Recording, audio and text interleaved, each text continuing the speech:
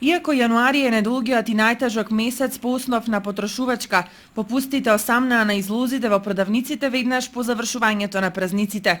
Ги запрашавме граѓаните колку им веруваат на попустите од излозите и дали новите паднати цени се примамливи за нив. Купувате ли покрај тоа што цената намалена? Па зависи. Кога има потреба купуваме, иначе. На излог, да. Само на излог.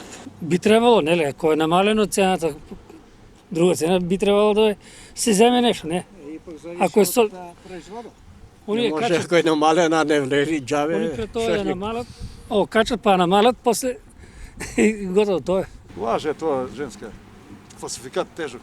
За да се пазарува по дисконтна цена, жилба секогаш постои, но таа е поврзана и со буџетот, додаваат граѓаните.